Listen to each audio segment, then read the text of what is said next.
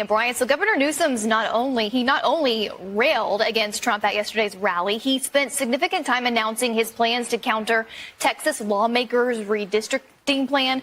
But the rally was met with unexpected visitors outside. More than a dozen armed and masked Border Patrol agents could be seen. At one point, Border Patrol agents were seen leading away a man in handcuffs, igniting fury within California leadership. I think it's pretty sick and pathetic. And it just said everything you need to know, the setting that we're under. That they chose the time, manner, and place to send their district director outside right when we're about to have this press conference. It said everything you know about Donald Trump's America. It said everything you know about the authoritarian tendencies of the President of the United States. And Governor Newsom firing off this Trump-style tweet saying, quote, Donald is finished. He is no longer, quote, hot. First, the hands, so tiny, and now me, Gavin C. Newsom, have taken away his step. Many are saying he can't even do the big stairs on Air Force One anymore. Uses the little baby stairs now. Sad. Well, AG Bondi had this warning to lawmakers who say they will not comply with immigration enforcement. They must comply. Yesterday, I sent out 33 letters to mayors around this country. I think 3 or 4 of them were in California alone, not surprising. I sent out letters to all of these mayors and to the governors saying you must comply. We want to know what you're doing to comply with our federal government. The White House not backing down, guys. Back to you. In recent years, our people faced some of our toughest challenges. And I've been inspired by the courage and resilience of Californians, health workers, teachers, parents, and kids. You came together, and now you're coming back stronger than ever. As your governor, I promise you, whatever challenges come our way, I will always lead the California way. Gavin Newsom, courage through crisis. Oh, man, okay. Gavin Newsom as the Joker works, man. That was great. Let's play that again. Clip that out. I want to play that one again. Gavin Newsom works great. Gavin Newsom as the Joker out of the side of the cop car with his hair flying back. That's just pure cinema. Pure cinema is going to be today because it is Free for All Friday! Yes! Yes! We made it, ladies and gentlemen, to Friday, August 16th, 2025. Gavin Newsom fails at empty rally. Totally pathetic. It reminds me of the Kamala Harris stuff. It reminds me of the Joe Biden stuff, where Joe Biden had more media than he did supporters at his rallies. Do you remember those scenes? We have a side-by-side to show you that will shock you. Also, Jasmine Crockett roasted to her face based on our reporting. Oh, baby, we're just in the zone, in the flow state. That's what you call it, the flow state. Hopefully you're not in the state of California. If you are, we say thank you, Patriots, for staying locked in. There's some good data, actually, coming out of California. Very interesting times that we live in. And ladies and gentlemen, we will have a rip-roaring and rocking show as we just learned that there are multiple grand juries that are sifting through evidence from the DOJ outside of Washington, D.C., a massive story. Hillary Clinton getting on her knees. Yikes. You know what I mean? Like, that's never happened. Hillary Clinton getting on her knees, begging Donald Trump for a pardon? Huh? Very interesting stuff that's happening right now. Hillary Clinton going to nominate Donald Trump for the Nobel Peace Prize. I kid you not. That's what Hillary said this morning. Oh, yeah, we can prove it to you. Corey Lewandowski will be on our show. Jillian Michaels off one of the straight up heater on CNN. Man, she's coming in hot. And former CIA officer Dean Wright will be live on the program. So, ladies and gentlemen, get yourself right. And let's go. My name is Benny Johnson, and this is The Benny Show. We've talked way too much about what happened to my family in Washington, D.C. this week. I was able to explain it on national TV before the eyes of the world at the White House, and it was an honor. And so I'm done with the anecdotal stories. It's something that means something. It just means something to me, and it happens to be the top of the news cycle. So I thought I'd share my part in all of this, especially since a bunch of reporters were lying. It's so interesting what they told me in the White House press. So before and after the press briefing, you get to chill out with Caroline Levitt. So that's what we did. We went in and we chilled out with Caroline Levitt. Maybe if you could grab the photo, that'd be awesome. We chilled out with Caroline, and when you get to like chat with them, you know, chew the fat and everything. I saw him out of the corner of my eye doing the prayer. She does a prayer before going out and doing her press conferences, and you get to talk with the team. You know, it's really unique. It's really cool to be there and to get to interface with her and a number of the faces and names that we've worked with over the past couple of years, quite frankly. But the point is that her team told me these reporters lie. These reporters, and this is the photo. This was actually right before they told me this. Multiple members of her staff were on, and they were like, "These reporters are frauds. They're liars. They come into our offices and they complain about how dangerous DC is, about the hellscape of Washington, DC, about how they got robbed, how they got their bikes stolen." A lot of these reporters ride their bikes, you know, without the seats on them. And it's like, these guys have real problems just getting to the White House every single day. And then they get given the talking points and they have to like repeat the lines. That's how big a cowards, how spineless cowards these people are. They are total and complete wastes of space. They hissed at me when I walked in the room. They lie to you professionally. That's literal propaganda. And the White House team was like, "You have no idea." Every one of them comes in here and gripes and bitches about how dangerous DC is. And now watch them sit there. DC is safe. DC, the crime in DC is down 30%. Really? Oh, really? From like 2023 at all-time murder rate highs, making the murder rate in DC is higher than like South Sudan, Somalia, failed states, higher than Beirut or Caracas. The murder rate in DC is higher than those places. So it's down from its all-time high. Really? Oh, okay, so I'm 500 pounds and I lost 50 pounds. Well, I'm still morbidly obese. There's still a problem.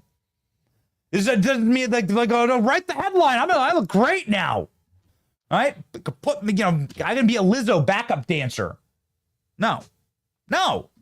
Anyway, the point is that in Washington, D.C., we did not sleep well.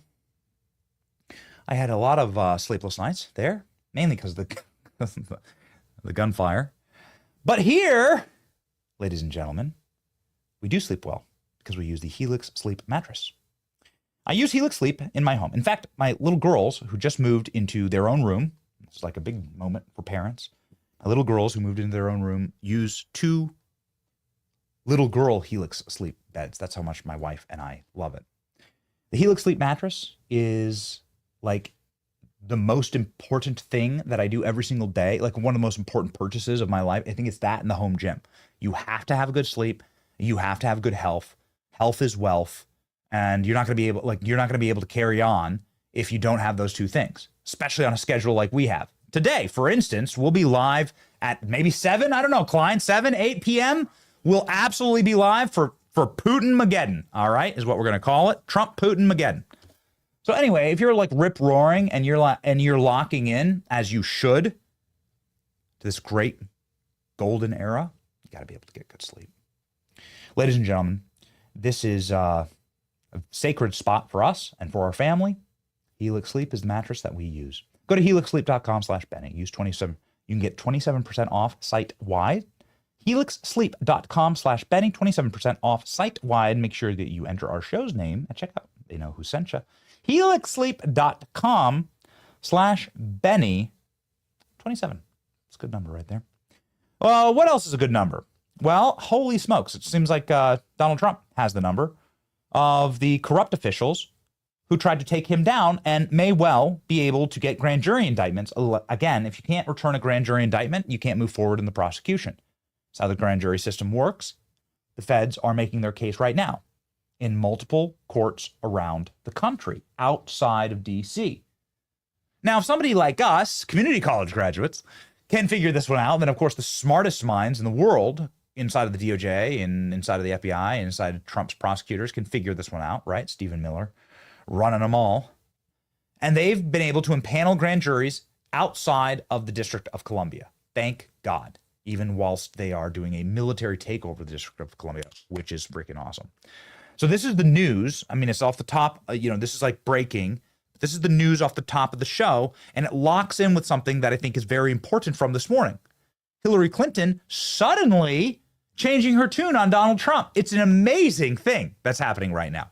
So I want you to see, first off, this important clip from John Solomon, where John Solomon talks about the number of grand juries that are currently ready to return indictments outside of Washington, and they're doing this really fast. It's an amazing piece of work from the Trump DOJ and his top prosecutors. Here we go. Listen, the way you opened your show, there's no better description of what the conspiracy is. It's a conspiracy to protect potential of Democrats from potential criminal prosecution, and then to violate the civil liberties and privacy and reputations of innocent Republicans to create an alternate story to protect political interest, meaning what's going to happen in the election. That's what it is. It's not more complicated than that. I know people say, oh, a conspiracy case is going to be complicated. No, it's really not. We protected Democrats. And the cycle is Hillary has two problems.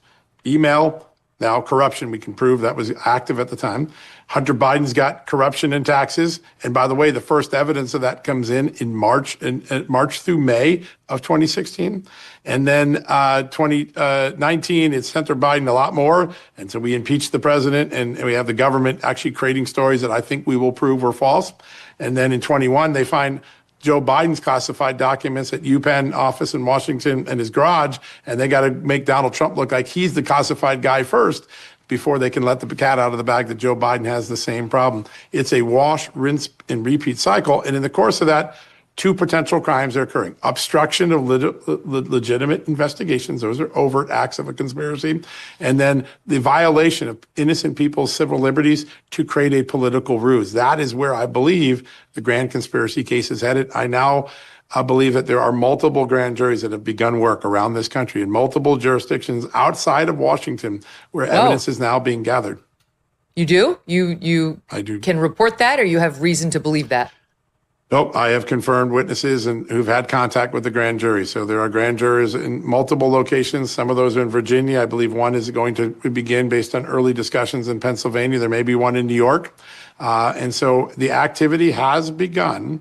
And the question now is, and those are probably not going to be the indicting locations. I think the more likely thing is you use multiple grand juries just to make it easy to gather lots of information quickly. That's the way strike forces work.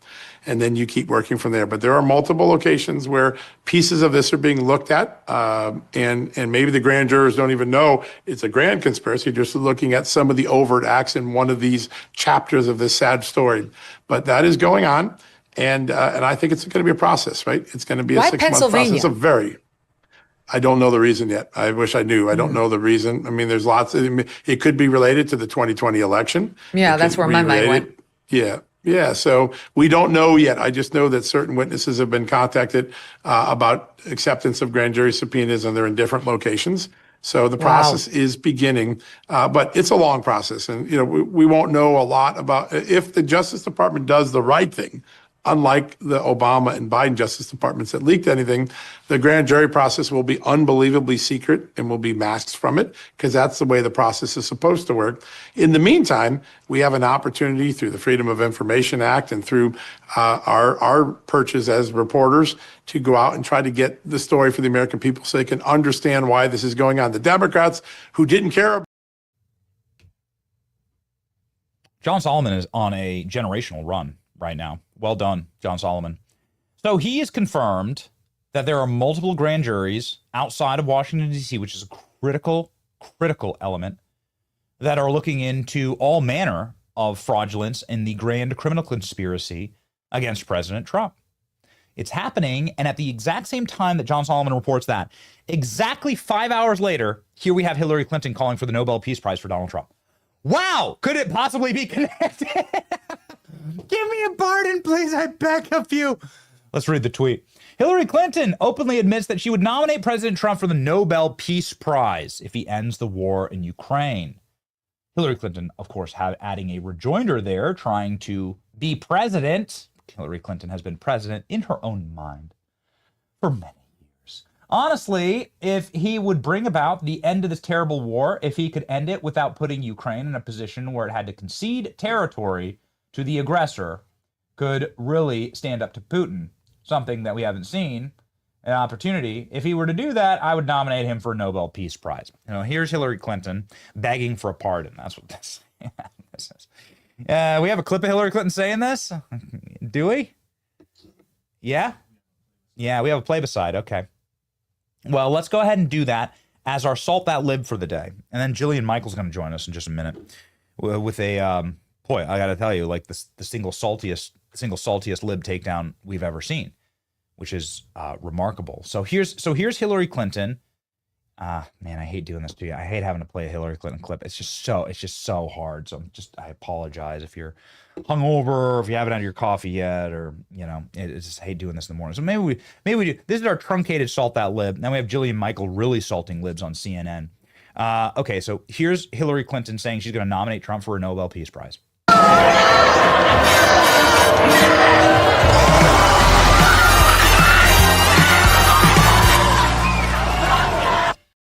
If President Trump were the architect of that, I'd nominate him for a Nobel Peace Prize. We are on the precipice of a meeting between President Trump and President Putin in Alaska. Drawing on your experience as Secretary of State, if you were en route to Alaska, what would you be looking to get? What does an acceptable deal look like? He is not meeting with a friend. He is meeting with an adversary, and an adversary who wants to see the destruction of the United States and the Western alliance. But if he could bring about the end to this terrible war, where Putin is the aggressor, invading a neighbor country, trying to change the borders, if he could end it without putting Ukraine in a position where it had to concede its territory to the aggressor, had to, in a way, validate Putin's vision of greater Russia, but instead could really stand up to Putin to make it clear there must be a ceasefire, there will be no exchange of territory, and that over a period of time, Putin should be actually withdrawing from the territory he seized in order to demonstrate good faith efforts, let us say, not to threaten European security. If President Trump were the architect of that, I'd nominate him for a Nobel Peace Prize. Okay. All right. Well, salty lib. Also, Hillary boy, Hildebeest looking tough, man. It's just yikes. They shut down Epstein Island, right? They end the flow of adrenochrome, and then suddenly all of these globalists just end up looking like burned oven mitts. They're all like melting away. Have you seen Kathy Griffin recently? Holy moly. She does. She looks like an action figure that you left in the oven. Okay. Ladies and gentlemen, speaking of melting faces, here's Jillian Michaels, just a absolute kick-ass friend of the show, somebody who's a total legend in the space, somebody who's as of late become incredibly famous for standing up for women's sports, pretty much the first person to stand up for women's sports, to get men out of women's sports, so she's taken on big battles before. Here she has taken on like a 7-on-1 on CNN, dropping truth bombs about the central lie of the race Marxist, which is that slavery is a uniquely American and white person sin. Of course, this is absolutely absurdist, and the exact opposite is true. But nonetheless, the libs on CNN couldn't hear it and decided to instead scream in Jillian's face. This was the most viral clip on the entire internet yesterday. Here we go. On into the Smithsonian, he's effectively now has some random person deciding what is appropriate for the Smithsonian to teach in terms of American history, things that don't offend parts of the MAGA base, right? So we're now literally reviewing parts of American history and parts of American culture to make sure it comports with dear leader and what the MAGA Can we address wants. some of those things that are in there? Because have you looked at some of the things that are being reviewed? Yeah, slavery was a bad thing that was to talk about. Okay. Like, he's not whitewashing slavery. So he's not? He's not. No, okay. he's not. And you cannot tie imperialism and racism and slavery to just one race, which is pretty much what every single exhibit does. But let's talk about the fact that when you look at slavery, let's talk about the fact that slavery in America was. Do you realize that only less than 2% of white Americans owned slaves? But it was a system of white supremacy. You realize that slavery is thousands of years old? White people were Do you know the slave who owners. was the first race to try to end slavery? Well, what's controversial? I'm very surprised. This is an extraordinary exercise in historical revisionism. I'm really surprised. Do you realize that? Jillian, I'm surprised that you're trying to litigate who was the beneficiary of slavery and who was not. What I'm trying to tell you is that in the context of American history, in the context of American history, what are you saying is incorrect by saying that it was white people oppressing black people? Every single thing is like, oh, no, this is all because white people bad. And that's just not the truth. Like, for example, every single exhibit I have. That clip goes on and on. It got millions of views on our channel, and we have some major fact checks on this because Jillian, as you will not be surprised to learn, was 100% right in that incredible superhero team up that she did, taking on 7 psychotic CNN libs as they decided to just scream over her, and that's how you know you've won the argument. Jillian Michaels joins the program live right now.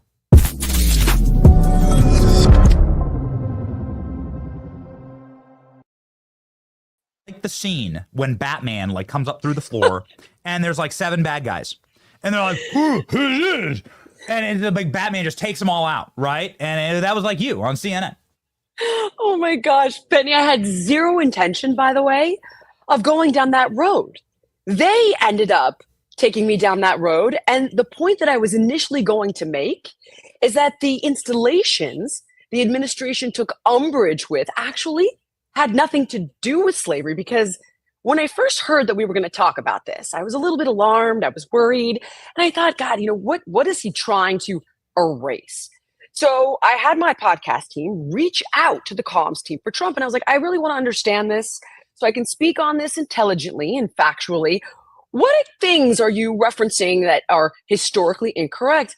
And they sent me a list. It goes on for pages. I pulled out at least 10 of them for you if you want to go over some of them a little later on, what they are.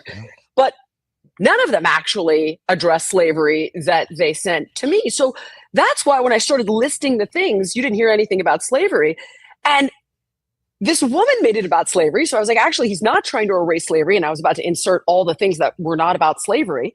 And then all of a sudden it turned into, white people are slavers. And I get it.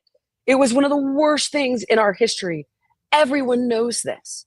However, to paint all white people with this brush, as pretty much every exhibit does, the white imperialist, it's constant. And again, I could walk you through it in all the different ways and all the different exhibits.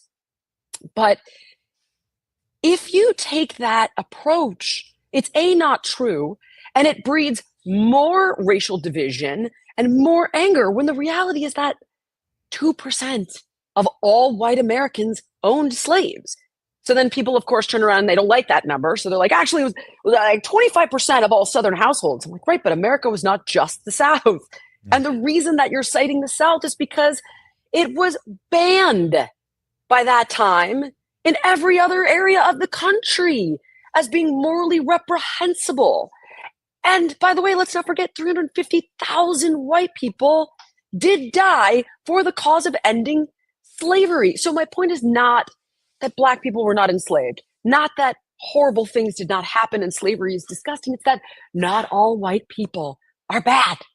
And the fact that that is a controversial comment when it's factually 100% accurate is really scary. It's scary as hell.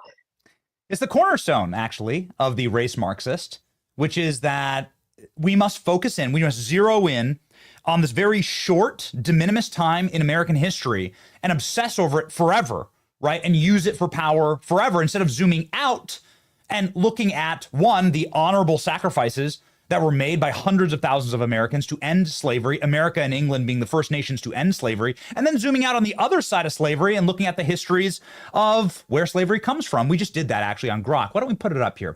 So slavery has existed for 5,000 years in Africa.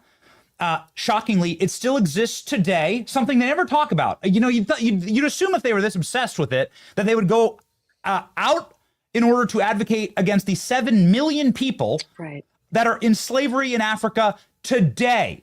Like in the current present day, in the year of our Lord, 2025, if this is going to be your key marquee issue, something that was solved in America 150 years ago through the blood of the patriots of America, honorably and nobly, you'd assume if that was going to be your deal, you'd like go after the slaves in Africa in the current present day. Like that would concern you. And also you'd be concerned that like this was a practice that was exported from Africa to the West. And you'd say, well, hold on, maybe we should go back to the point of origin and solve slavery there, right? Because it's still currently happening today. But they never want to have that conversation. No, it's just only like white people bad. And it's no one's not wanting to take responsibility for this. Nobody is trying to erase what happened. But what's alarming is exactly what you're saying. When you paint one race with this brush consistently across the board, everywhere from the Smithsonian to CNN, it begets racial division and racism. And it's funny, I was just talking to Kaizen Asidu, who's often on Piers Morgan. I'm a huge fan of his, and I watched a clip of him talking about how when you only talk about white supremacy and you don't talk about any black degeneracy, it begets white degeneracy because white people start to get mad. And Admiral Corolla talks about this. It actually breeds racism within the white community when you do this. And my point is simply, nothing good comes from this. So let's have a fair and honest and accurate conversation. What I'm really trying to understand, though, Benny, is why we need to hold on to this narrative. I think that's what's the most alarming. Like I saw this post on X to me, and it was, you're denigrating all of humanity and trivializing these atrocities and horrors of slavery when you say it was just 2% of American whites that owned slaves. And it's like, because I'm telling you that the vast majority of white people weren't bad guys and didn't perpetrate evil, that denigrates humanity for you? What the hell are we actually trying to say? It's crazy. Yeah, I mean, the vast majority is of peoples that were coming to America, in order to escape some version of serfdom or chattel slavery or indentured servitude, especially like when you look at Irish immigration, when you look at the levels. I pulled that out for you. Can I run you through some of these things at the Smithsonian? Okay. I love that. So let me start with the fact that, first of all, not for Gay Pride Month, when you first walk into the Museum of American History, the first thing you see is a gay flag, and it's all about gay progress, which, listen, as a person in the community, I'm very grateful that we can marry, very grateful we can adopt kids, but it's like, do you need to open the front exhibit is like the gays, like how about something unifying progress for all Americans? That's not about slavery. So it's like, okay, what's the next thing that the administration sent me? They sent me an installation of an exhibit about a Latino history of the United States. So it talks about the history of Latinos emigrating to the US. And in particular, when it comes to Cuba, they talk about how because of the United States government backing Batista for financial gain, we begot this mass exodus from Cubans, and they still suffer from it to this day. Now, was Batista a scumbag? Yes. Did the administration at the time do that? Yes. There's no mention of Fidel Castro, who is the key reason for that emigration, who came in 1959, who was a communist, and who started killing people, jailing people. No mention of that. So it's just the white devil who backed Batista that begot the whole thing. So yes, we did it, but it's a huge lie of omission to leave that out, because that would make it far more balanced portrayal, right? It goes on and on. Just stop me at any time. Then it talks about how we've always feared non-white immigration. And there's no mention of the fact that historically people hated the Irish, hated the Eastern Europeans. Like Italians were considered non-white immigrants. That's like that's an absolute matter of fact, by the way. Right. Like in this okay, country. Yeah. Ready for the next one? Then there's the one on gender testing, and they go on to talk about how it was they perpetrated this essential sexual assault by making these athletes show their genitals. And I'm thinking, this is a cheek swab DNA test. Like, what are you talking about? Like, trying to imply that gender testing isn't fair. And not only that, it's somewhat tied to sexual assault and violation. And like, again, not about slavery. And then it sort of discusses like how it's bigoted to consider testing for gender in sports. The Star Spangled Banner. They go on to talk about how this guy was like a huge racist. Really? And yeah. Oh my God. He was a slaver and not an abolitionist. Okay, hold on. Then you've got. Wait, I mean, I can literally keep going. The original Betsy Ross, because they have the original Betsy Ross flag. They have the original like Betsy Ross and the Star Spangled Banner. They have the original Star Spangled Banner. Star Spangled Banner So was one of the. They go after that guy in the exhibit.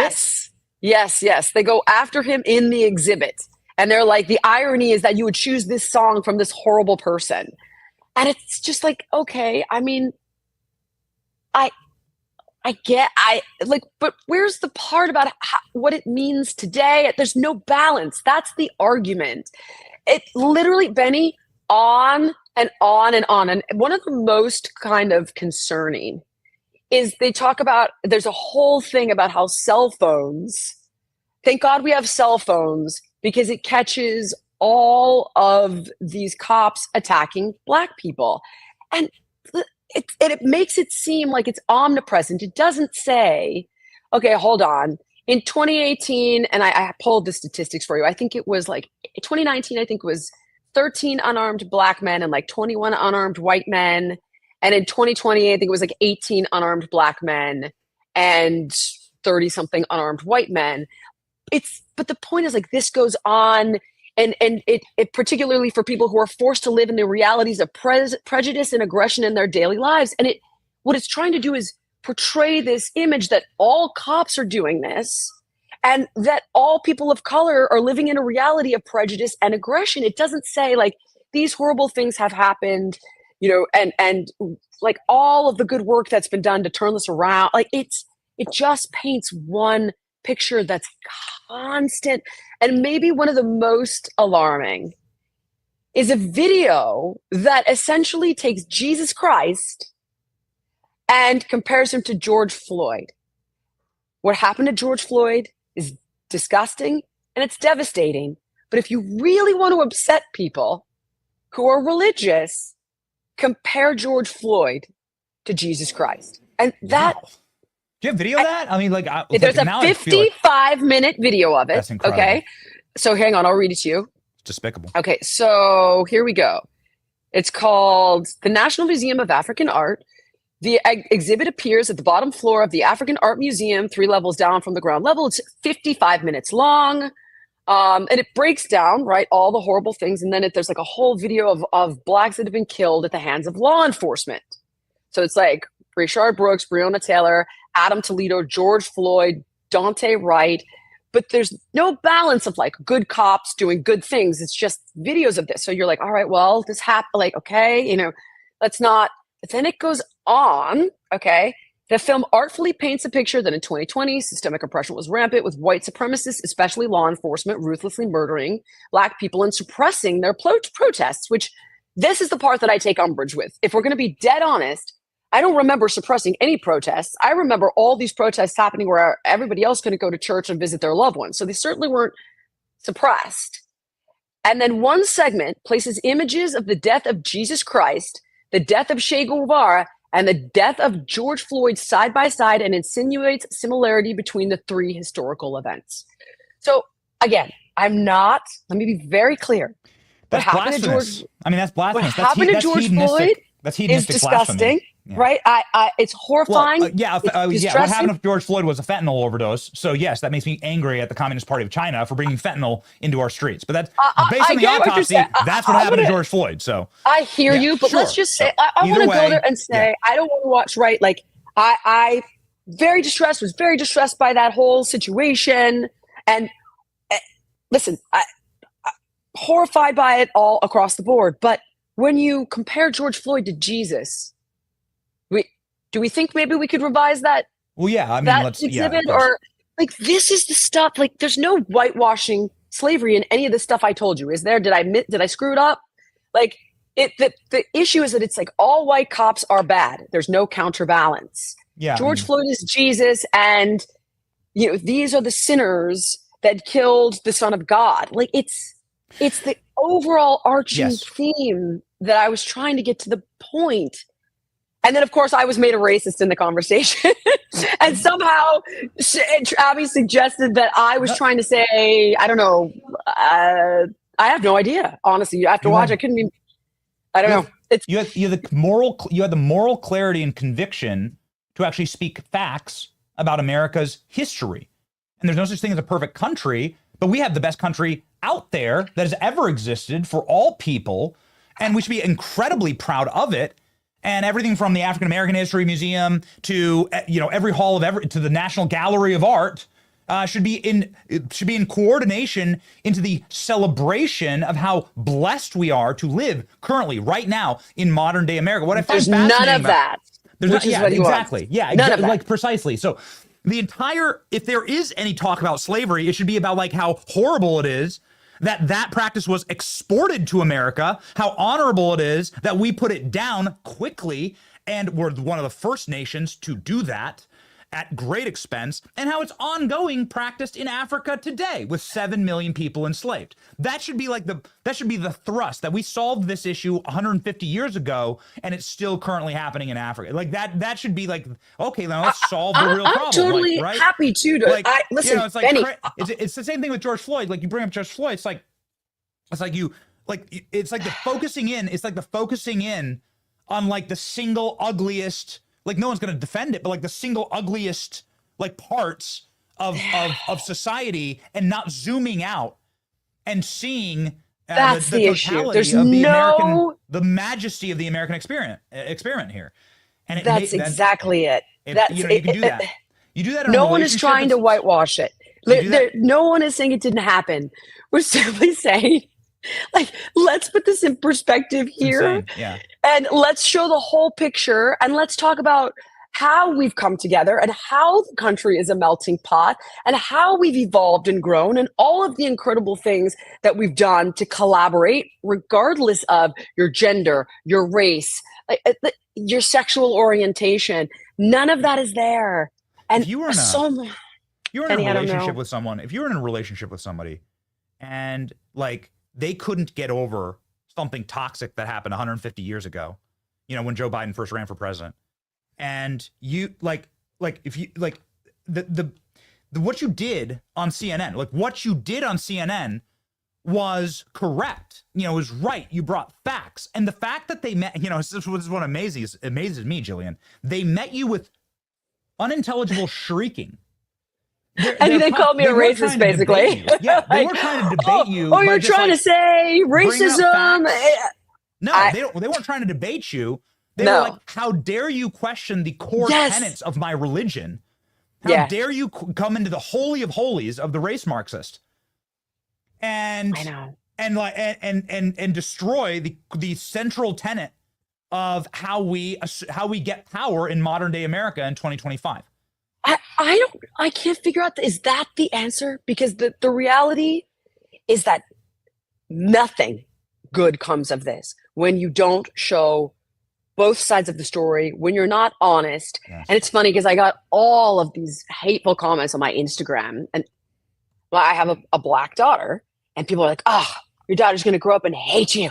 This is the world you're raising your daughter in. And I thought, if me telling my daughter that the vast majority of whites didn't own slaves, and that's true, is a bad thing, I don't know what to tell you. I would much prefer my daughter think that not all white people are bad, considering she's being raised by white people, and she has your brother's white, and she has white friends, than her to think all white people are bad. But call me crazy, Benny. I mean, so what truly alarms me about this is actually having a black daughter. I don't want her to think that all white people are the white devil.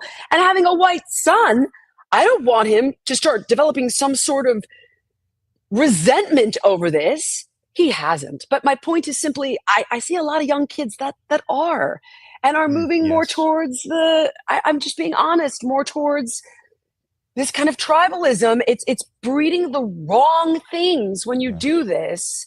And that's my true deep concern. Yes. So that's the result of this. That's the intended result, actually.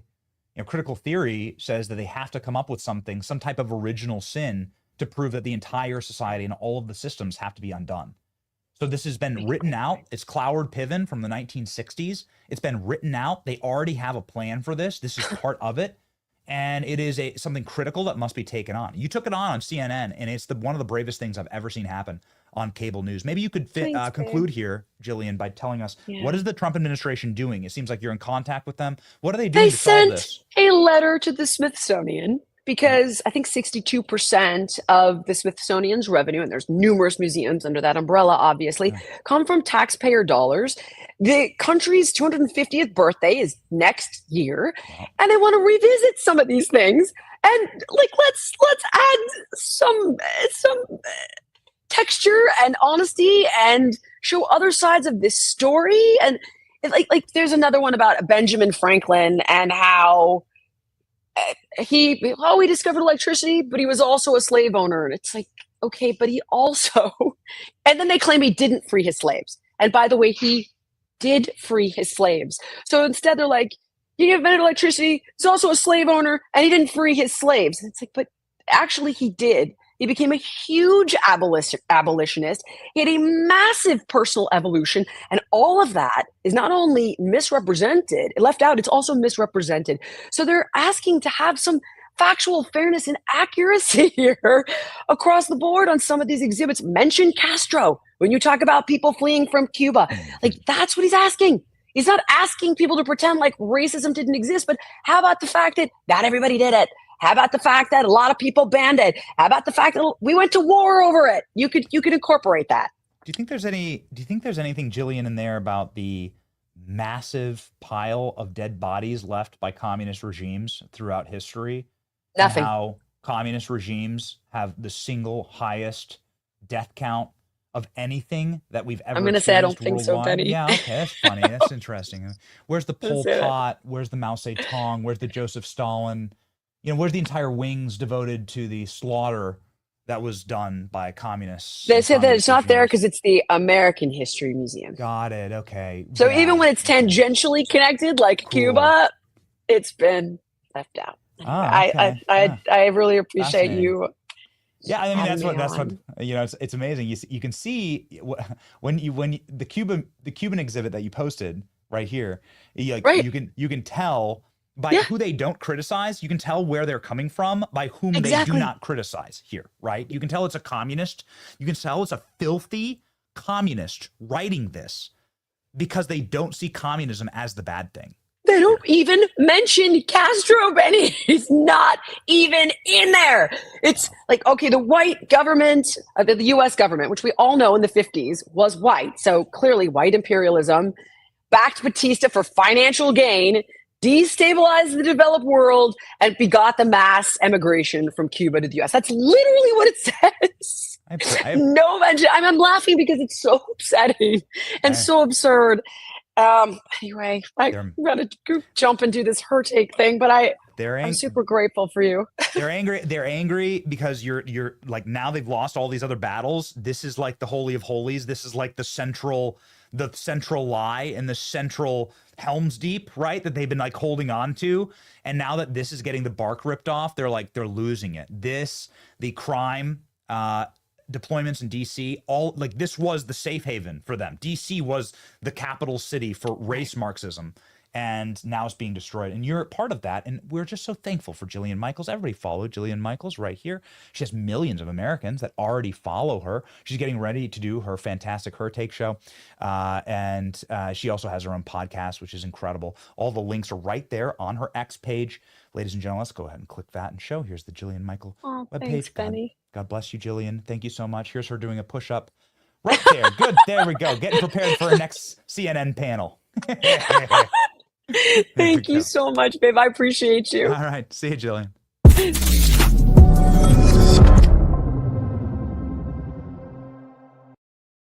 called me babe. Okay, she called me babe. I got it. I got it on camera. Sorry about that. Sorry, my producers tell me stop yapping. They said stop yapping. Let her finish talking. I apologize for that. I never interrupt the guests. I've known Jillian for a while, and she's freaking awesome. But I apologize. We always make sure that we let the guests speak. I just George Floyd is not a hero. All right, I want to be very clear. Okay, George Floyd is not a hero in this household. Okay, in this household. George Floyd is somebody who overdosed on fentanyl because that's what his autopsy report says. That's what the science says. In this household, George Floyd, as we know, had a major drug problem. Yes, I'm very angry at the Communist Chinese Party for Flood and the Mexican drug cartels. You want to look at who killed George Floyd? Communist Chinese fentanyl brought in here by Mexican drug cartels. Yes, we should all be very angry at that. Yes, I am furious at those entities. And I'm very thankful for Trump for taking those entities out. Please. So yes, please. Thank you. Speaking of entities being taken out, goodness gracious, and I can't wait to talk with Corey Lewandowski about this. But before we get to Corey, I just got to show you. Gavin Newsom hosted a fake rally yesterday. We have the proof that it's a fake rally. Or is this a play beside or throw? Clip B. Okay, let's go. Here's the fake rally that Gavin Newsom threw. And I have the funniest troll you'll ever see in your life. And I have Corey Lewandowski lined up to talk about it. It's like the best. This is the best intro ever. Okay, so here's Gavin Newsom with what looks like, okay, so there's more media. This is Joe Biden level. There's more media than supporters inside this teeny auditorium. I've seen more people in the DMV line. I've seen more people right there. I've seen more people standing in a Chick-fil-A line than the people who showed up in the most populous state in America.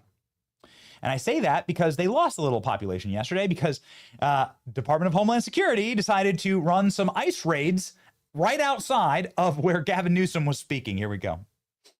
What the fuck is wrong with you? People working. Go arrest fucking criminals. He's a criminal illegal alien. Right behind you, brother. You guys are fucking cowards.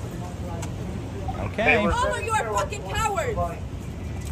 I love how there's so many criminal aliens in California. They can just go to any spot. It just happened to be outside of Gavin Newsom's rally, and they can go to any spot and they can just pick up criminal aliens here. Well done. Well done, DHS. So many W's for DHS right now. It's hard to really count them all. Just a reminder, a fun throwback here from Alex Bruzewitz. This is what the Joe Biden rally looked like in Philadelphia. It's the same thing. This is Gavin Newsom has the same energy. He has Joe Biden energy. Look at this. Do you remember this? Can we zoom? Do you remember this? This was like the fake arena rally for Joe Biden. This is a high school gymnasium. It's completely empty. So Gavin Newsom has the exact same energy. So Gavin Newsom also said that he has a Trump 2028 hat that's been sent to him. This is the last clip we'll play before getting to Corey. Just all these things I want him to respond to. So here we go. Gavin Newsom, please help me. People are sending me Trump 2028 hats. About the fact that we're affirming our independent commission, and we're calling for a national independent commission as well. Well, I think it's pretty sick and pathetic. And it just said everything you need to know, the setting that we're under.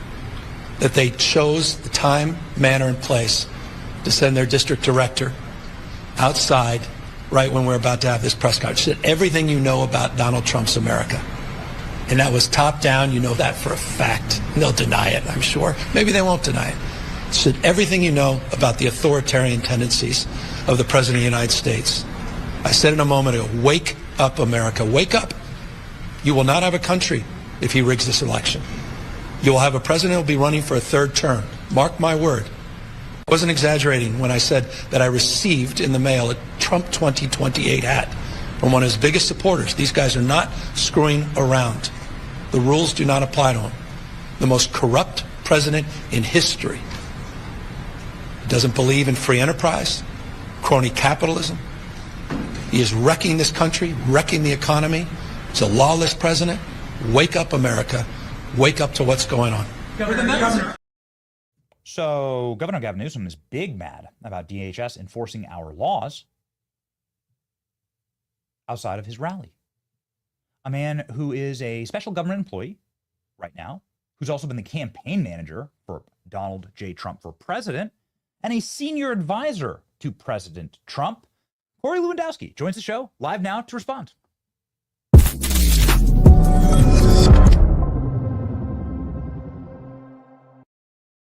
Corey, welcome back to the program. I would love to get your response to Gavin Newsom. He was big hurt and big mad that ICE was enforcing our immigration laws right outside of his little, very poorly attended rally. Well, Benny, he was either mad about that or mad about the hat that he received in the mail, which I think is the greatest troll of all time, right? I mean, you got to be kidding me. Nobody sees Gavin Newsom as a serious individual anymore, because what he has done is he has allowed California to become a hellhole, unfortunately. It used to be a great state, a great, so many great cities there, San Diego, San Francisco, so many great places. And what happens? You go there now, it's riddled with homeless people. They've taken over the city. They've taken over the communities. It's unsafe, just like Washington, D.C. So what has Donald Trump done? He's brought the Customs and Border Patrol and the Immigration and Customs Enforcement into Los Angeles to start cracking down. And what have we seen? Safer communities. Benny, the story came out yesterday, and it's remarkable. Since Donald Trump has been in office, 1.6 million illegals have deported from this country, either through the CBP home app or self-deported. 1.6 million, 2.2 million total people, but 1.6 million people in the first 6 months of this administration from January to June is historic. It's unprecedented, and it makes our country safer. We have the chart going up, and here it is right there. We have the chart going up that you just referenced. And I'd love to, since you brought it up, Corey, talk through this chart. I'm sure you're very proud of it. I know you're very proud of it. So here you can see, for the first time in your lifetime or mine, everyone watching, that the criminal alien population is now collapsing. It's reversing the trend. Where do you want this chart to go, Corey? Look, Benny, we should have a country that has no illegal aliens in it. And it's very simple. If you are fearful because you're in this country illegally, do yourself a favor and self-deport. We will help you. We will give you an opportunity to go to the CBP home app. You can apply. We'll buy you an airline ticket. We'll give you $1,000 so you can get out. If you don't, I promise you this, we will find you. There is no community, there is no place that the long arm of the law, which is now being enforced, cannot go and touch you. If you think you're outside a Gavin Newsom rally, or maybe inside a Gavin Newsom rally, and we know that you're there illegally, we will come get you, we will take you out, and we will deport you. Stop calling all of these supposed congressmen who are conservatives and senators who are conservatives. This guy's a good one, or that one's a good one. Look, you've had the opportunity to do it right. And Donald Trump is enforcing the rules. Okay, I get calls every single day from people across the country. Oh, this guy was a great one, or that one was a great one. They were in this country for the last 30 years. It's fantastic. You came to the country illegally. You're here illegally. Nobody is off limits. We're going after the worst of the worst first. We just picked up 2 brothers in Texas who are both wanted for murder in Mexico. We have deported gang members, rapists, child traffickers. It will continue to happen, and we're only turning this up. It's not coming down. So if you look at that, Benny, for the first time in modern history, we have a net flow deportation of illegals from this country for the first time in American history. It's going to save this country. We have that chart on screen. This is perhaps the most important chart out of the Trump administration in the first 6 months. And so this is a really fascinating argument that happens all the time in my timeline, Corey, that you brought up, which is, the argument against all these deportations. And it often goes like this, and they can't help themselves. Who's going to scrub my toilets? This is something that was said on The View a couple of years ago. Who's going to pick our crops? Both Nancy Pelosi and Jerry Nadler have both said, who's going to pick our crops? Who's going to be the indentured servitude, exploitative labor that we can manipulate and use and treat as less than human? It's wild how they argue this, Corey. Well, it's so true, and then what do? They go out and they praise that the crime rate in Washington, D.C. is the lowest it's been in 30 years when the murder rate is higher than any civilized country on the planet. It's amazing. These guys are continuing to defend the worst of the worst.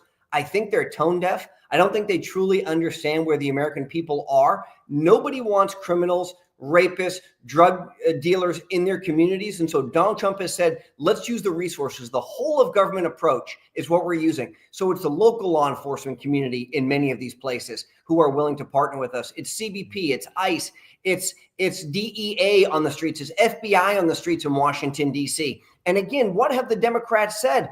D.C. does not have a problem. We saw yesterday them tearing down these homeless camps. We saw for the first time you can walk out of Union Station and not be accosted by a bunch of homeless people and drug addicts and illegal gang members. So, you know what? The communities are safe. And listen, you know, Benny, this was maybe precipitated. Maybe the piece that put this over the top was Big Balls getting attacked that night, but it was long coming. And you know, Benny, it's crazy because I was on a phone call with some of the members of the White House and they told me the guy's name. I said, who the hell is that guy?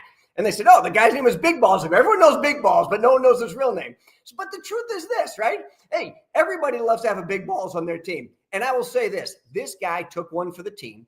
He was brutally beaten, you know, blood all over the place because all he wanted to do was get in his vehicle. And I've got two other people who I know who are young kids who work with us who said on the same evening in two separate parts of Washington, D.C. less than 4 months ago, they were both attacked at gunpoint. They both lost their watches and their gold chains. They were coming out of a bar. It was about 2 o'clock in the morning. I said, fella, what are you doing out at 2 in the morning? They said, we thought we were in the right neighborhood. We thought we were safe. We've seen members of Congress attacked. We've seen elected officials. We saw an individual who worked on Capitol Hill get killed by somebody because they wouldn't turn over their watch. I mean, this is not a place where you want to raise your children anymore. And so finally, President Trump, Pam Bondi, the Department of Homeland Security stepping up to fix these problems that the federal government is finally allowed to do under this type of leadership. We ruffled a few feathers and made some people very mad, Jen Psaki, namely, off the top, but many libs furious because this week we asked at the press conference about Big Balls getting the Presidential Medal of Freedom. What say you, Corey? You've been a very close advisor to the president for a very long time. You know, look, maybe just if we could pick it just on name alone, he absolutely qualifies. Just anybody who's going to name that good, you got to give him something, right? He's got to get an award or something good. But look, you know, what happened, and it's unfortunate, was this kid was put in a situation to be attacked because he wanted to go and protect his girlfriend. That could have been anybody. The guy was brutally beaten. He was bloody all over the place. He had a concussion. Nobody should have to go through that just because you want to go out and have a good time or go out and have a drink or go out and have dinner with your family. Look, I have purposely chosen not to move my family to Washington, D.C., not to raise my kids there. We continue to live in the same home we've been in New Hampshire for the last 18 years because we want to be in a safe community. And I feel very safe where we are. But it's too bad because I spend a lot of time in Washington, D.C. volunteering to be a special government employee, which, you know, maybe you've seen some of the press. They don't like the fact that I volunteer, Benny. Like, I get they could go after me if I was making money, but for God's sake, I work for free. And they're like, oh, you work too many days. Too many days? I'm not even there. Jesus, what's that big deal? But, you know, everybody wants to attack you, and I think they want to attack me and what we're doing because of our success, because they see the Democrats are in panic mode. They know that the country is with Donald Trump. They know that he is creating peace around the planet, and he's creating peace and prosperity here in America, and that drives them absolutely crazy. So we're talking about big balls. It takes some real big balls to release a video like you did yesterday, Corey. These brand new trucks, DHS, getting this incredible makeover. Look at this. This is iced out. Now, I don't know who runs your social media, man, but like, don't take his phone. Give him 10 more phones. This is like, this stuff is so crunky. It's so drippy. I don't know if you have a hand in it. I'm sure you did with this redesign. Defend the homeland. Corey, this is on the block. Look, Benny, and look what we're driving. We're driving Raptors with the big engine, the 6.2s in them, okay? So I say, hey, you want to go and come and be part of the best law enforcement agency in the world, right? You want to come and be part of CBP and ICE and the federal government? We're going to give you the resources to be successful. So we could have gone out and bought some crappy cars. Said, no more Crown Vics, none of that crap. Go out and buy the big boys. Get the Raptor with the big engine in it. The Mustangs are about to turn out, okay? The high-performance Mustangs. We're going to give these men and women of law enforcement the tools they need to be successful. And what we're also doing, Benny, is we're putting a marker down, okay? We've never had ICE decal vehicles before. We've always done it behind the scenes. We are now in your face. You know where we're coming. You know where we're going to be. And you know if you're here illegally, we will find you. So you're going to see 10,000 new officers on the street from ICE by the first of this calendar year coming up. We're not waiting 2 years or 3 years. We've had 120,000 applicants. And what we're telling these people is, you come join us. We'll give you a bonus. We'll pay off your college loans. We'll give you a vehicle like this. You come and make our cities and our communities safer and stronger, and we'll do it. These kids who have the social media expertise, man, I'm jealous. You know, I get to meet some of these kids. And I call them kids because they're like 22, 23 years old. Mr. Lewandowski, sir, you're an old head. I go, that's true. I am an old head, right? That's what they call me. But I said, man, what you guys are doing is incredible. Keep doing all the great work. And this is all that social media team at the Department of Homeland Security that just keeps turning out amazing videos that are eye-catching and drawing people in to be part of this amazing experience. I think you just broke a little news there. We heard that Superman has already signed up to be an ICE agent. We know that you've taken away the age restrictions to become an ICE agent. You said there, did I get this number right? You said there's 100,000 applicants? 110,000 applicants have already applied, Benny. What that means is we want to hire it's a floor of 10,000. That's what the One Big Beautiful Bill gave us. 10,000 officers on the street. Stephen Miller and his team have encouraged us, demanded, because the president wants it, to have those men and women on the job by January 1st of 2026 so we can see real results. That means we've got a massive throughput. We're going to get you through the law enforcement training. You'll do some on-the-job training. You'll do your field training officer time. You'll get vehicles. We're going to have 10,000 law enforcement ICE officers, 1811s, 1801s, badge and gun on the street by January 1st. And I don't think we could have imagined how successful this recruitment campaign is. And I think, Benny, today is Friday. The new recruitment ads in the communities that have been most affected by illegal aliens are going up. So you'll see them in Los Angeles, in Detroit, in Denver. And we are specifically targeting those law enforcement officers who are working at the state and local level and saying, because you're in sanctuary jurisdictions, if you haven't been able to do your job, come work for ICE, come work for CBP. We will take the handcuffs off of you and put them on bad guys, and you'll help us do it. There it is, straight from the U.S., straight from the ICE account, the official ICE account. You got Superman now as an ICE agent. There we go. Dean Cain has signed up. What work is he going to be doing?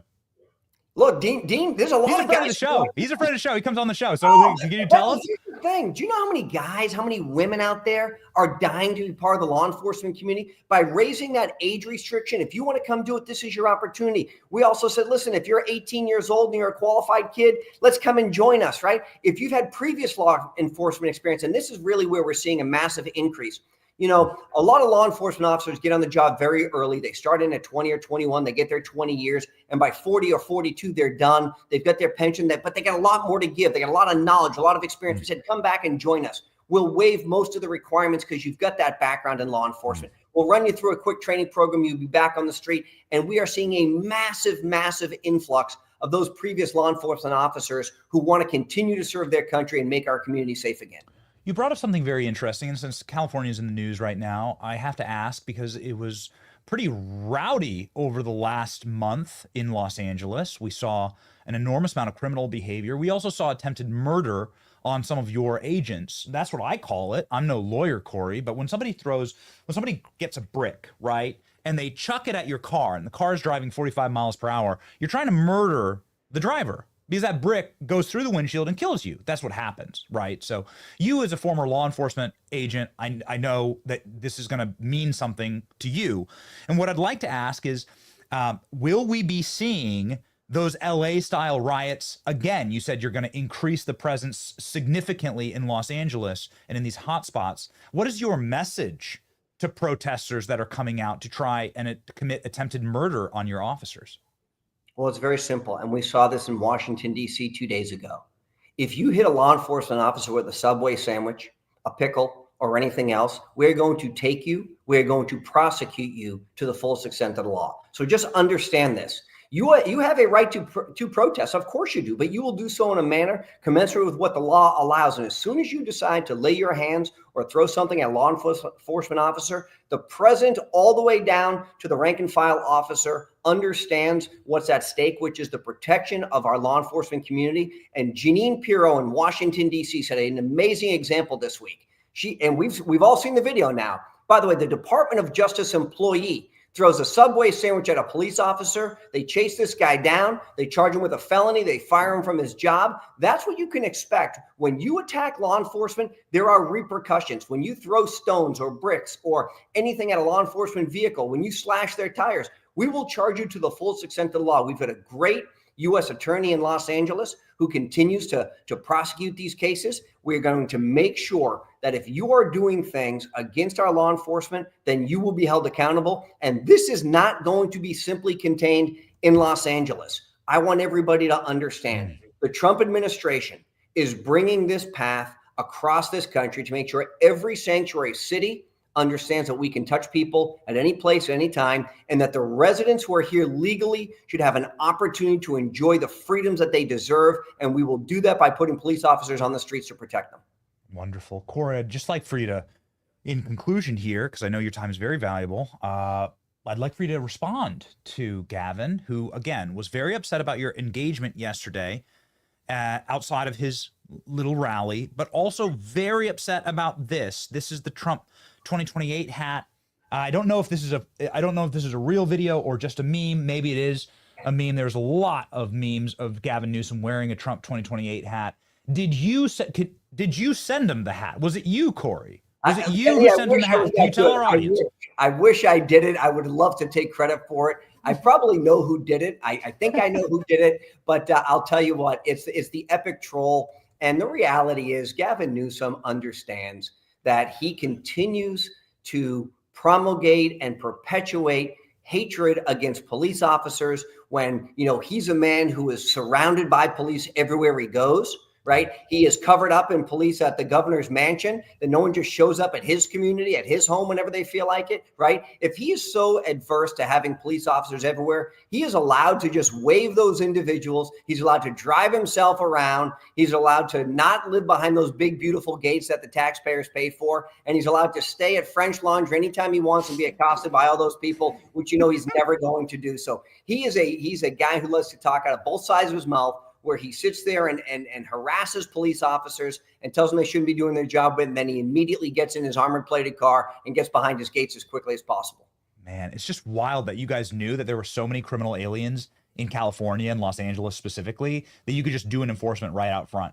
There's no shortage of targets, Benny. I can tell you that, whether it's at a Gavin Newsom rally. So the 3 people who were inside, 2 of them are probably illegal. So he had a crowd of 3, I think. 2 of them are probably illegal, and so we scooped those guys up. No, if you are a criminal alien in this country, listen to what Corey's been telling our program for months and years, actually, that you will be caught and you will be sent home. You should listen to him. He's an honest man. Listen to Corey Lewandowski. You can do that every single day by subscribing here to Corey's X account. Here he is. This is Corey Lewandowski. He's got 600,000 Americans that follow him right here. And he's a man who's truly fighting to keep America safe again. Thank you, Corey. Thanks, Benny.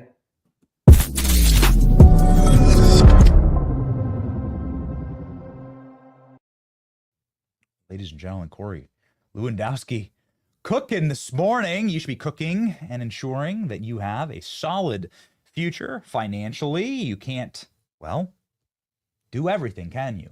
I can't.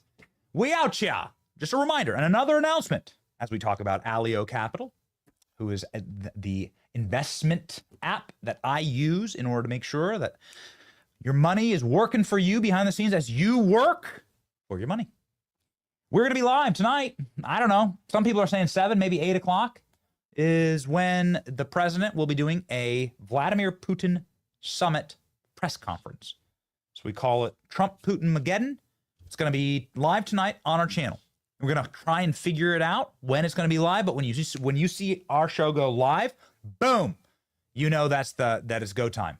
And so we're going to be covering that tonight. So we rock and roll all day in the studio. That's going to be us. And I got to stay locked in right here. And this is where I am all day. How am I supposed to sit there and follow and track every little trade or every little thing that goes on? I can't. Allio Capital has got my back. Allio Capital helps macro and micro investors, hands-off or hands-on investors, make sure that their money is working for them. Download their app in the App Store today. Their AI tracks how markets are moving, all of the insane data that must be accumulated in order to make a smart move. Ladies and gentlemen, download their app today.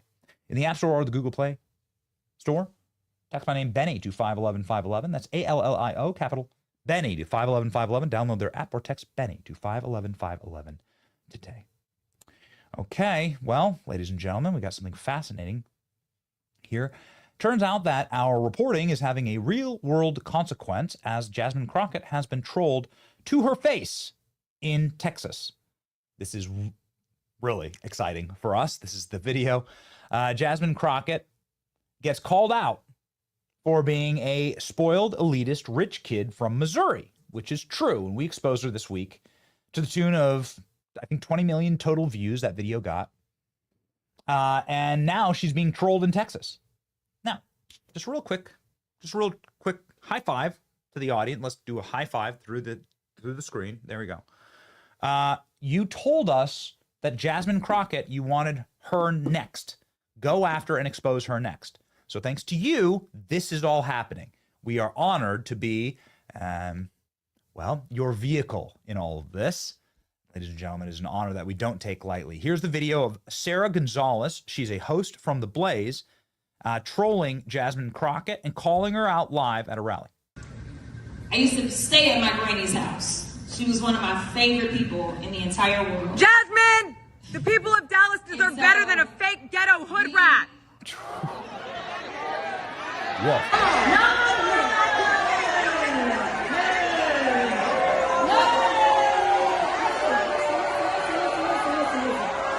they know you're a rich kid from Missouri?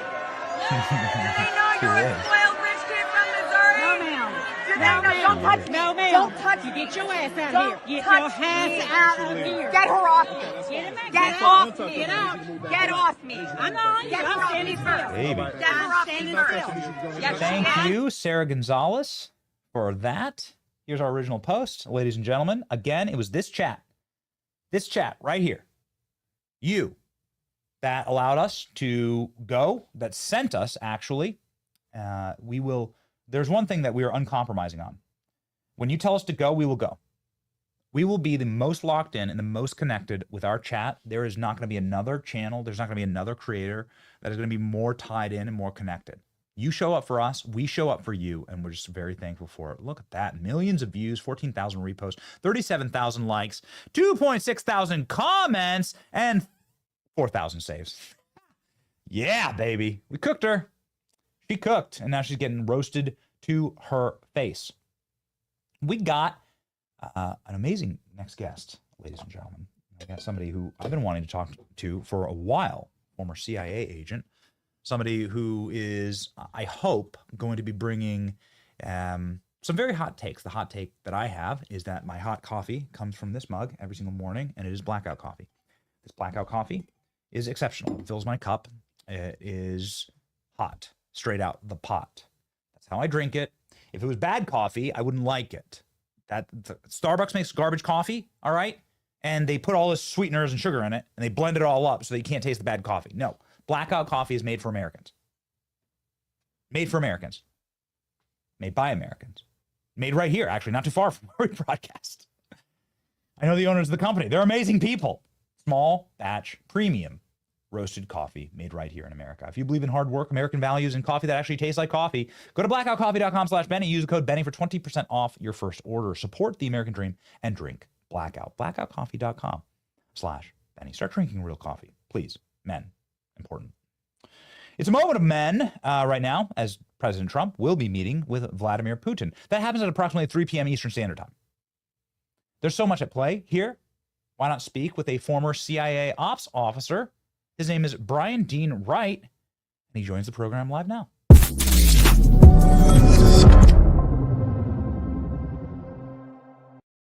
Brian, welcome to the show, and it's an honor to have you. Pleasure to be here. Thank you. Okay, so tell me just really quickly, what's at stake tonight with Vladimir Putin and Donald Trump? This is going to be a big one. You must obviously, since Ukraine is pretty much a CIA cutout, you must obviously know a little bit about what's happening there. What do you expect to go down? Yeah, 10 plus CIA bases in Ukraine as of this moment. We are all in on this war. President Trump has inherited something that, I think we can all say is a mess. So we are into this, and he's got to find a way to get us out, and he's got to find a way to ensure that the American people get their money's worth that we have invested into that country, but more importantly, bring about peace. Because I think what the White House wants to do is wrap this up and then focus our attention where it should be, and that is either on the homeland or China. And that's what the White House is trying to do. That's what Trump is trying to do with Putin later today. He's going to sit down with Mr. Putin of Russia and figure out what we can do to wrap this up. It's stage one. There are going to be multiple stages here on after to see if we can't get to Zelensky and the Europeans to the table as well. So stage one today. So, I mean, we're just praying for peace, right? Like, I'm so sick of having my tax dollars drained to go build a road somewhere or build a bridge somewhere while there's a massive pothole on my street that my kids have to drive over every day. Like Americans are just sick of it, I think, right? And I know that you worked at a clandestine agency and you've got to be outward focused, but in the CIA, no one's going to have any power if internally America collapses, right? Well, look, the last 6 months of last year, 30,000 drone incursions came across our southern border. 30,000. Really? So of that, some number are Mexican cartels. Some are what? Maybe the Chinese, the Russians, probing us from the south. Goodness. So look, there are many reasons why the CIA should certainly be looking externally, but there are internal threats as well. 12.5 million or so, according to the Congressional Budget Office, 12.5 million people in this country now over the Joe Biden era, none of them vetted. Well, that seems like a problem. So you bet the FBI and the CIA might have, external challenges or needs or demands, but the internal challenge is just as real. Yeah. You wrote about the internal challenges, given some of the bombshell documentation coming out of the CIA and the greater overall intelligence community. You worked for John Brennan, who I find to be just very, in his media hits and stuff, he's just very slithery, very creepy, very strange man. And perhaps you could elucidate for us what that was like working for him. You write that he belongs in prison here, your former boss. Strong words, Brian. Please explain. Look, so you asked what he's like as a person. Let me tell you about a covert action operation that I briefed him, my team and I, that there was a device that we were going to put inside of a missile, and it was going to explode that missile. Our assumption was there would be a nuclear weapon on top of that missile. It would only explode, it would only trigger if that missile were fired. In other words, tens of millions of Americans were about to be slaughtered by that nuclear weapon. He turned down that operation because he was more worried about that missile exploding in a foreign country where there might be thousands or tens of thousands of people dead there. So he made the choice to protect those people abroad over than people in this country. So that I think gives you a really wonderful window into what kind of man he is. This is not somebody who cares about this country. So I will tell you that is the director of the CIA who was under Obama. He's a Hillary Clinton guy as well. So that gives you a really good sense of who this dude is. Why I think he should rot in prison is very clear. The seditious conspiracy, that is what is very obvious to me, both direct and circumstantial evidence that ODNI Gabbard and CIA Director Ratcliffe and others have exposed with these document reveals. It is very clear that there was a seditious conspiracy. Going back to the summer of 2016, obviously with that Hillary Clinton smear, there was no Trump-Russia collusion. That was obvious. Special Counsel John Durham, documenting that there was no predicate for Crossfire Hurricane. But with these latest reveals over the past month or 6 weeks, what we're seeing very clearly is that even the NSA director raising his hand and saying, wait a minute, you guys are rushing through this Intelligence Community Assessment, ICA, that normally takes 6 months to a year.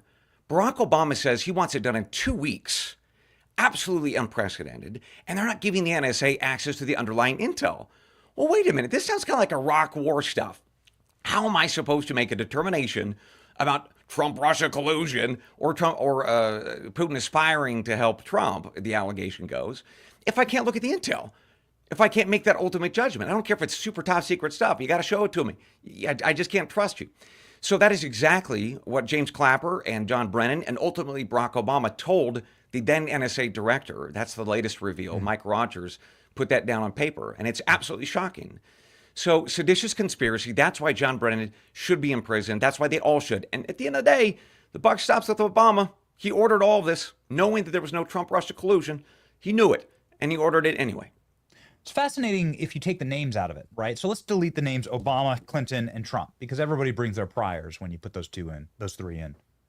So if you just put the facts basis down, and you're the expert, but please tell me if I'm right here.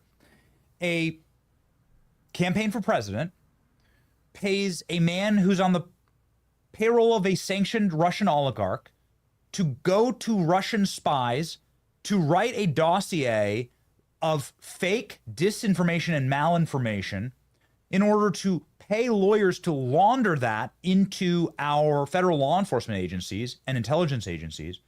So they're now poisoning the entire well of credible information and then using that information to try and remove the will of the people in our democracy and kneecap a president seems like treason to me, man. Like, did I get those details wrong? Like, am I not understanding that? I'm just a simple, I'm just a simple streamer, here.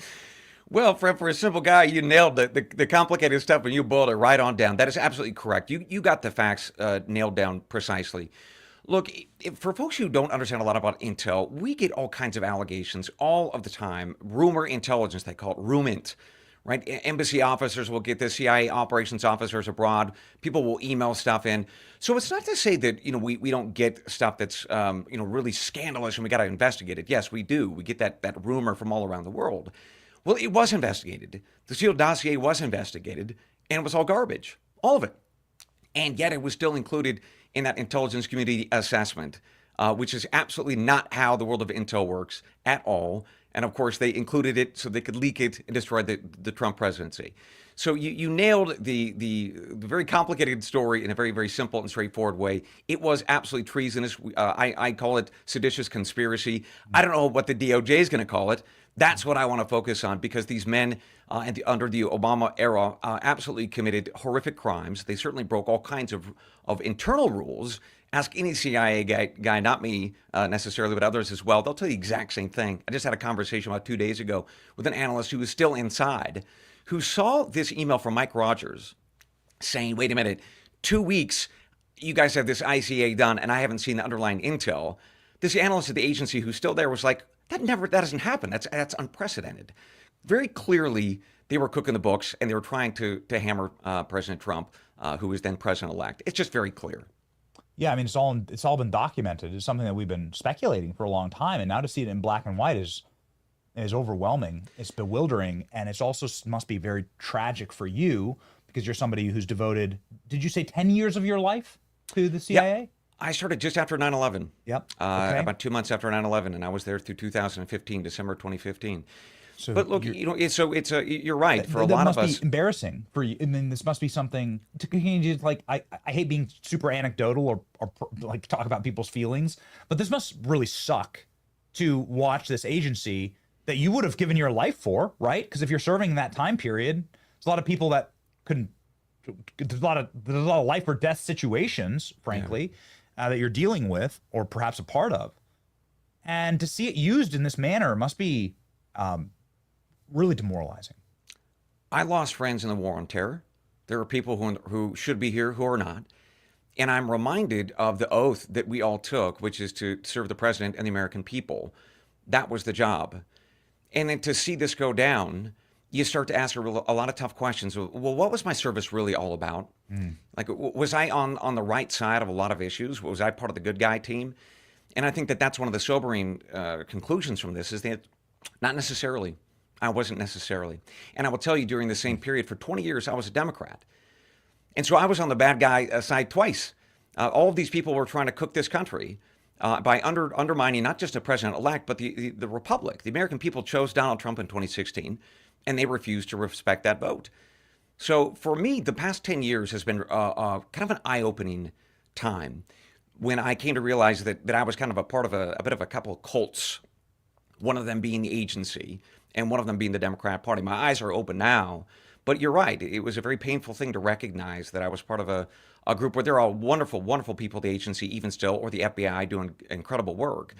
But when your tribal chiefs and the senior leadership are doing such horrific things, you gotta wonder how many people are really all in on this seditious conspiracy and the rest of your work. It makes you question a lot of things. So you're right.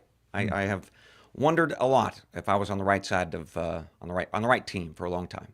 A little esoteric. I'd love to do, like, we should sit down for a long form podcast and chat about it sometime in person. I'd love that. Yeah. If you don't mind, some rapid fire things, just very quickly, based on what you just said. We asked Tulsi Gabbard about one of the more you called it a cult, one of the more cult-like activities of the CIA that was publicized during the Church Committee hearings during the 70s and 80s about Operation Mockingbird. And she sort of shocked the world, saying that it's still ongoing today and that she's constantly catching agency heads or analysts or individuals inside of the deep state leaking to the press in order to try and craft a narrative to destroy the duly elected administration. I guess I'd want to ask you the same question. Did you ever encounter any sort of Operation Mockingbird activities? Well, it's in the open press now. BBC One Radio sat down with the British intelligence service and our own at the very beginning of the Ukraine war, and they talked about how they were putting in press placements to encourage people in the West to support the war.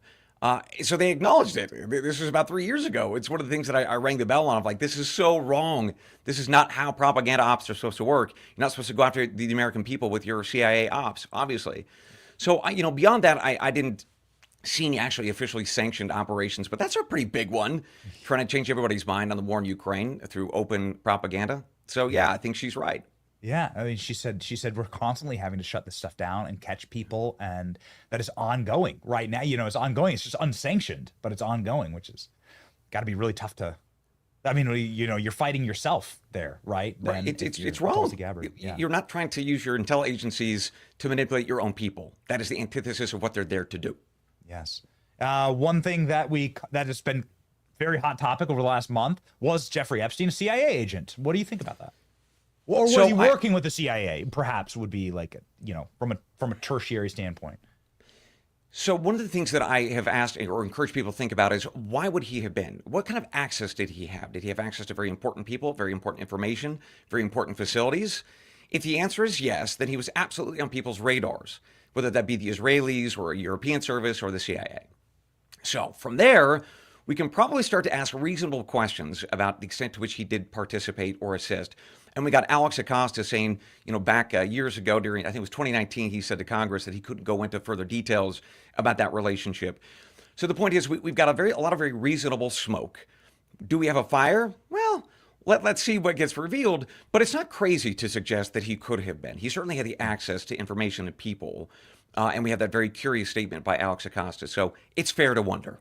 Yeah, we asked the intel agency chairman yesterday on the show about it. And he said that he's going to ask. I mean, I just don't, everyone's asked every other law enforcement agency except for the CIA, which if you have a clandestine island in international waters, seems like it'd be a good CIA base to me. But again, what do I know? I just went to community college. What do I know? You picked up something good, friend. Whatever you got, it's good. I come from the hog fields of Iowa. I'm going to stick to the mud, Benny. Okay, so really quickly, muddying up the narratives is something that we've learned the CIA is capable of doing, and they've refused to acknowledge something about Lee Harvey Oswald up until just a few weeks ago, actually, when they acknowledged that they actually bumped Lee Harvey Oswald, made contact with him, were speaking with him before the assassination of JFK. And this is fascinating and interesting history. They've denied doing this for 60 years. Now they're copping to it. We learned that right here. Here are the documents. Obviously, you weren't around back then, and neither was I. But what does this tell you about the agency, and what was your reaction to this? Well, I wasn't surprised in that Lee Harvey Oswald had a very long connection to the Soviets, to the Cubans. So it wasn't surprising to me that our Mexico-based officers bumped into him and tried to develop either a relationship, monitor him, surveil him, and the rest of it. So that in and of itself isn't super shocking. The question is, what were those additional conversations, if there were any? And I got to tell you, one of the things that I have always wondered, how much of this stuff actually got written down? Because there are operations where you never write things down. There is no paper trail.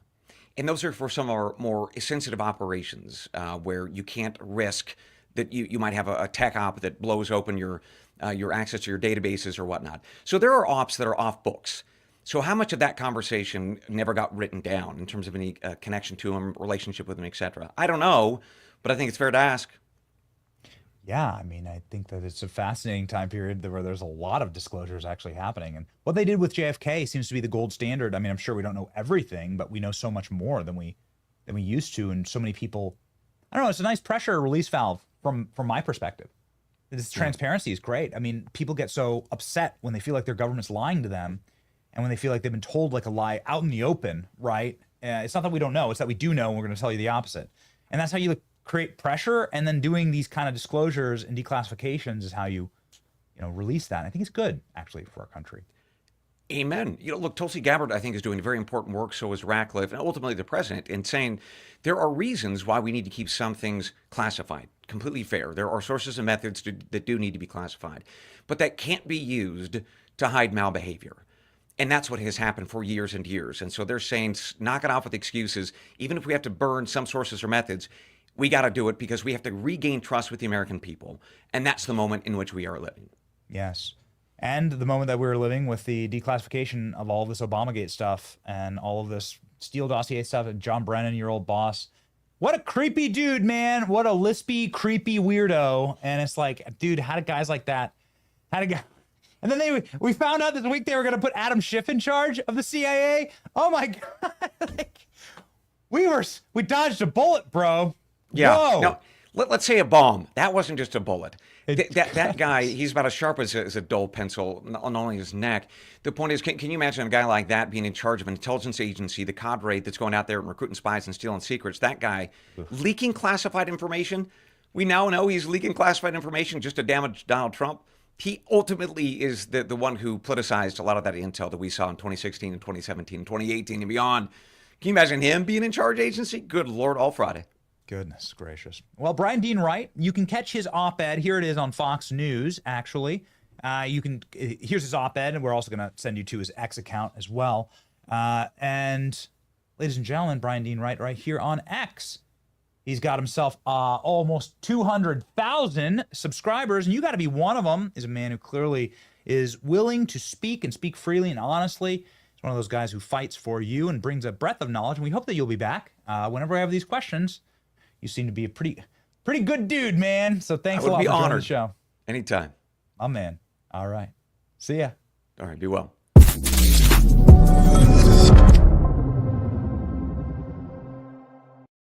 Oh, ladies and gentlemen, rocking and rolling. Ask Benny Anything segment. Let's go. Let's go. Rock and roll.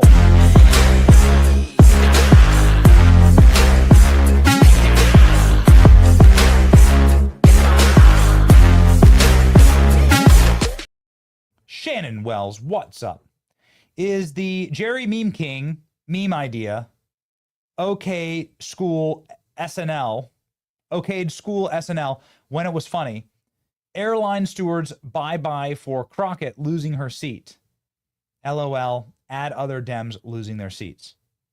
Jerry, I'm just going to send this one to you from Shannon Wells. You're going to have to interpret this. Well done. And I'm sure this is like speaking Jerry level autism, so I'm sure that you will get it. All right. Juiced Griffin. So cool to see you in the press briefing. Why are those journalists there so obsessed with Russia and China every single week? I know, like as I was sitting there, I wanted to scream, Juiced. I wanted to be like, what is wrong with all of you? Every question. What about Ukraine? What about Ukraine? What about Ukraine? You know, ladies and gentlemen, you're living in a war zone in Washington, D.C. Like, this is an absolute killbot. More people have died in D.C. than the front lines of Ukraine. So let's just shut up about Ukraine. I'm so sick of hearing about Ukraine. I'm so sick of it. I'm so disgusted by it. Like, I just don't care. I don't care. Oh, does that make you a bad person? I don't care, actually. I just don't. I don't. I read my Bible. I'm going to be held accountable for, like, my neighborhood, for the people that I interact with. I'm going to be held accountable for the good that we can do here in our own little part of the vineyard, right? We're going to tend to our own little part of the vineyard. I am so sick of hearing about these foreign countries when our own country is an absolute mess. And when I was at the White House press briefing, you know, I'm like talking about DC and be like, yo, DC, like, let's clean up the city. And then every other question, what about you? What about a foreign country? Just enter foreign country. What about Israel? What about Gaza? What about Ukraine? What about Russia? What about Belarus? Shut up! Like, we're Americans, man. There's so many people that are hurting in this country. Like, we can't, like, focus on them a little bit? Yeah. Well, anyway, that's what we do around here. More to come on that. You may be seeing a lot more of us in the press briefing room, if you know what I mean. Come on, mama. Ted Cook says, please look up the 1976 American Freedom Trail.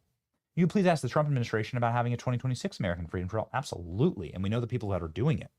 We know the people that are in charge. We know the people that are in charge of the America 250. We work with them very closely. So yeah, totally.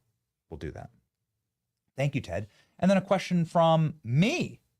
Point of personal privilege. Ask Benny anything. Benny, what chips do you feed your family? Masa chips. Those are the chips that I feed my family. Just an important question that was asked, and the reason why I'm answering it is because I love these things. Freaking love these things. All right, if you come over to my house for dinner, and we had fajita night last night, and we just, these are the chips that we use. And I get angry because my kids eat them all. So they come in these bags, quite a bit of them in the bags, and my kids just go berserker mode on these things. They love the colors, the bag, the style of chips. There are like 20 different types that they send us. I actually don't know how many types they send them, but the kids love them. My wife, who is obsessed with health and being healthy in our family, allows for these chips. You won't find Doritos. You won't find anything else. You'll find Masa chips. Why? Because Masa chips are made with 3 ingredients.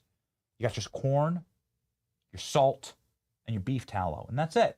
No seed oils, nothing. 100% all natural, no crash, no bloat, no sluggishness, no chemicals. Just like straight up delicious chips. They're extra crunchy because of that too. Give Masa a try. Masachip.com/Benny. Use the code Benny for 25% off your order. Masachip.com/Benny. The code is Benny for 25% off your order. I assure you, you will love them. Try the dessert chips. There's like a dessert, like cinnamony chip. Oh, they're good. They're good. You can find us on Fajita Night. Okay, ladies and gentlemen, verse of the day, rocking and rolling. Oh, man. Exciting times. What is everyone laughing? Producer, I just get constantly roasted. What is it? Is this chat? Okay. All right. Okay. Oh my goodness. All right, Jerry. Goodness gracious. We do have the freedom. What did we have? A freedom trail? Can we pop that up since we did have that great question from Ted? Here's the freedom trail, just in case y'all are wondering. What does this look like? It's a freedom trail. I wasn't around in the 70s, but I assume that this is the route that you would go to visit various important landmarks throughout American history. I believe it goes through perhaps every state. Is that correct? I mean, it doesn't hit like Alaska or Hawaii, but this has got to be, this is going to hit every state. Which state are you watching in? The American Freedom Trails goes through your state? I have to, yeah, as I'm looking at the map, it looks like it hits absolutely everywhere, right? Okay. So very cool locations in every single state. There's Tampa, that's where we are right now. And maybe we can do the American Freedom Trail. That would be fun. Cool. Amazing. The Freedom Train? There's a Freedom Train? That's badass. Why don't they have these exhibits at the Smithsonian? How cool is that? 2 national freedom trains toured the United States. The Freedom Train, the American Freedom Train, celebrated the United States bicentennial. Each train had its own red, white, and blue paint scheme, itinerary route. It went through 48 contiguous states, stopping so visitors could see the historic artifacts on the train. That's awesome. What the hell ever happened to this America? This is my America. This is the America we want. How cool that is. You scroll down. Scroll down to the actual color photos. Halfway down the page. There you go. Too fast. Decline. Stop doing so many Alps. Jeez, dude. Cut it out. Gosh. Yeah. Like an absolute Alp fest in the studio. There's just Alps like flinging. I haven't hit by an Alp can. Here we go. The Freedom Train. Look at how cool that looks. What if that rolled through your town? You'd be like, what's up? The Freedom Train. We need to get back to this. Heritage America. There you go. How do we do it? By locking in and ensuring that we have a future that, by the way, rests in the hands of God, that we are locked in spiritually. It's one thing we can do that the libs won't. We can pray, and we can give thanks, and we can practice gratitude, something that is probably the least practiced virtue in the modern day. A little bit of gratitude, please, for this place. I have gratitude for you, and we show that through our verse of the day. Proverbs 4:8. The path of the just is like the shining sun that shines ever brighter unto the perfect day. What a beautiful, beautiful message for us as we peace out into Alex, I'm not sure we've done this like full announcement yet. We are going to be taking some time off the show. We're going to be taking, this is the time when I'm going to take my kids to the beach. We're just going to stay in Florida. But I'm going to take my kids to the beach. We've been rolling and cracking skulls on this program for a long time. And I'm going to go into the shining sun that shines ever brighter unto the perfect day. I'm going to go there. I'm going to go into the sun shining in the bright, perfect day with my kids, actually, and spend a little locked in time with my kids over the next 2 weeks. Will we be gone forever? No.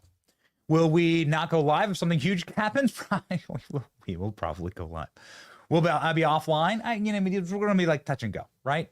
We're still be in Florida, but I'm going to take some time off to like lock in with my kids. I don't want to miss their childhood. I only get like an hour a day with them. So this has been like in the plans for a long time. The last 2 weeks of August, we're going to like take a little bit of a rest, do a big refurbish of the studio, get some technical problems sorted out. And I hope you understand that and that we're not abandoning you. And we will be the team will be online and covering news, and so will I. Again, we're not going too far from the studio, but the studio needs a real good kick in the tires. And so, and quite frankly, so do we. So, so we're going to go enjoy the shining sun, the path of the shining sun. But the path of the just is like the shining sun that shines ever brighter unto the perfect day. I'm going to go have some perfect days with my kids. You feel me? Family show. I'm sure you understand. And we love you all. We'll be live tonight with the Trump-Putin-Mageddon. We're going to work on that titling. We call Putin-Mageddon. It's fine. We're workshopping it. It's your boy, Benny. Thank you for watching, and thank you for helping this show do the work that this country needs. We're like, it's our great honor to be part of it. Just strike a note in that beautiful song. Remember, in the end, we win. Let's go. See ya.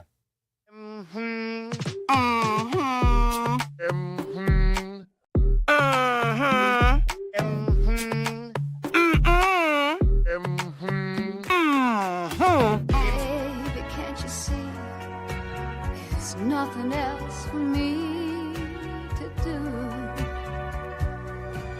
Hopelessly devoted to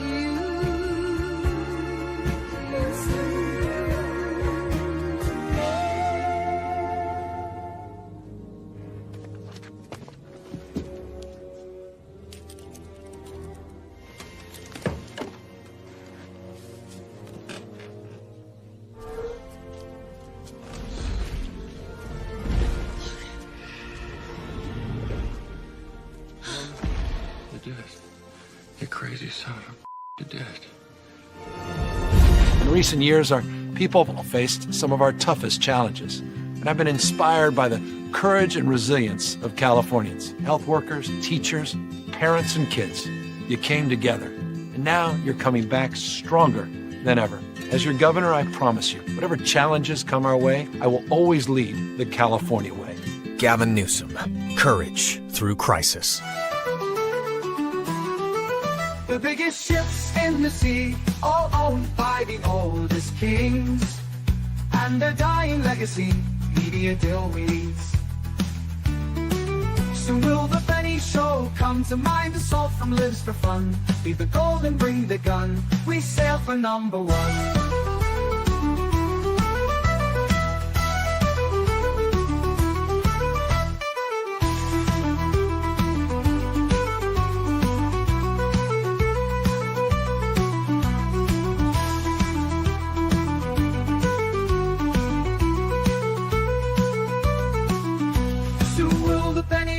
Come to mind, the salt from lives for fun. Leave the gold and bring the gun, we sail for #1. The biggest ships in the sea, all owned by the oldest king.